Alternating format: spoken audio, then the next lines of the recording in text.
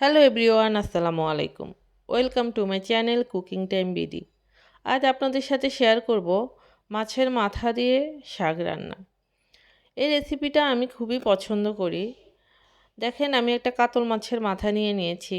এই মাছের মাথাটা কিছুদিন ধরেই আমার ফ্রিজে পড়েছিল। ভেবেছিলাম কি দিয়ে রান্না করা যায়। আজ যেহেতু আমার বাসায় ডাঁটা শাক নিয়ে আসছে, তাই ভাবলাম শাক দিয়েই মাথাটা রান্না করি। দেখেন, বিশাল বড় এই মাথাটা দিয়ে আমরা আজ শাক রান্না করব। আমরা 2 আটি ডাঁটা শাক নিয়ে নিয়েছি, আর শাকগুলোকে এভাবেই আমি সবগুলোকে কেটে নিব। আমরা ডাঁটা শাক অনেকভাবেই খেয়ে থাকি, বাট আজ দেখি মাথা দিয়ে রান্না করলে অসাধারণ লাগে। আমি অনেক সময়ই এইভাবে মাছের মাথা থাকলে তা দিয়ে শাক রান্না করে খাই। দেখেন, মাথাটাকে আমি ভালো করে কুটে ধুয়ে নিয়েছি। যেহেতু কিছুদিন ধরেই ফ্রিজে পড়েছিল মাথাটা, তাই আমি ধোয়ার সময় সাথে একটু হলুদ দিয়ে নিয়েছি, যাতে তেল ছাটা যে গন্ধটা আসে মানে আসে থাকে সেটা চলে যায়। আর যেহেতু শাকগুলোতে অনেক বালি ছিল, তাই আমি এভাবেই ভালো করে শাকগুলোকে ধুয়ে নিচ্ছিলাম পানি আটকিয়ে, কারণ নচেত বালি থাকার সম্ভাবনা থাকবে। দেখেন, সব শাকগুলোকে আমি ধুয়ে এরকম একটা ঝাঁঝরাতে নিয়ে নিয়েছি, যাতে পানিটা ভালোভাবে ঝরে যায়। এবার আমি নিয়ে নিয়েছি পেঁয়াজ কুচি, নিয়ে নিয়েছি ফালি করা কাঁচামরিচ, আর নিয়ে নিয়েছি রসুন বাটা। যেহেতু কাতাল মাছের মাথা দিয়ে রান্না করব, তাই রসুনটা পরিমাণ একটু বেশিই নিয়ে নিয়েছি। এবার রান্না করার পালা। প্রথমে আমি একটা চুলোতে হাঁড়ি বসিয়ে দিলাম এবং এর ভিতরে দিয়ে দিলাম পেঁয়াজ কুচি। পেঁয়াজ কুচিগুলো দিয়ে আমি 1 মিনিট ওয়েট করব তেলটা একটু গরম হওয়ার জন্য। তেলটা গরম হয়ে যাওয়ার পরে আমি পেঁয়াজগুলোকে একটু ভালো করে নেড়ে চেড়ে নেব। কিছুক্ষণ নেড়ে চেড়ে এবার আমি এর সাথে দিয়ে দিব লবণ। লবণটা আপনারা সবাই যে যার স্বাদ মতো দিতে পারেন। আমি এখানে 2 চামচ লবণ দিব। আপনারা চাইলে বাড়িয়ে বা কমিয়ে দিতে পারেন। এবার আমি আবার ভালো করে একটু নেড়ে চেড়ে নেব। আর যেহেতু আমি মাছের মাথা দিয়ে রান্না করব, তাই আমি কিছুক্ষণ পেঁয়াজটাকে নেড়ে চেড়ে এর সাথে রসুন বাটাটাও দিয়ে দিব এবং দিয়ে দিব ফালি করা মরিচগুলো। দেখেন, আমি ফালি করা মরিচগুলো দিয়ে দিলাম। এখানে 4 থেকে 5টা মরিচ আমি ফালি করে নিয়েছিলাম। এবার আমি রসুনগুলো দিয়ে দিচ্ছি। এবার আমি ভালো করে নেড়ে চেড়ে মিক্সড করে নিচ্ছি এবং পেঁয়াজটা আর রসুনটা যাতে আর একটু সেদ্ধ হয় বা কষানো হয়, সেজন্য আমি কিছুক্ষণ এভাবে চুলোতে নেড়ে চেড়ে নেব। কিছুক্ষণ এভাবে নেড়ে চেড়ে যখন একটু সিদ্ধ হয়ে আসবে পেঁয়াজটা, তখন আমি এর সাথে দিয়ে দিব হালকা একটু পানি। কারণ কোনোভাবেই নিচে লাগতে দেওয়া যাবে না।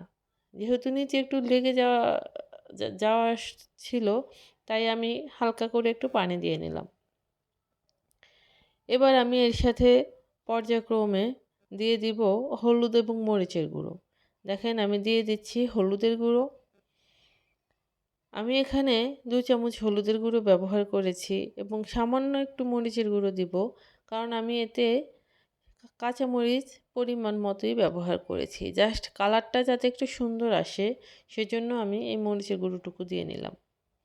এবার আমি ভালো করে নেড়ে চেড়ে নিচ্ছি। ভালো করে 5 মিনিট এভাবেই নেড়ে চেড়ে যখন এরকম হয়ে আসবে, তখন আমি পুরো মাছের মাথাটাকে মশলার ভিতরে দিয়ে দিব।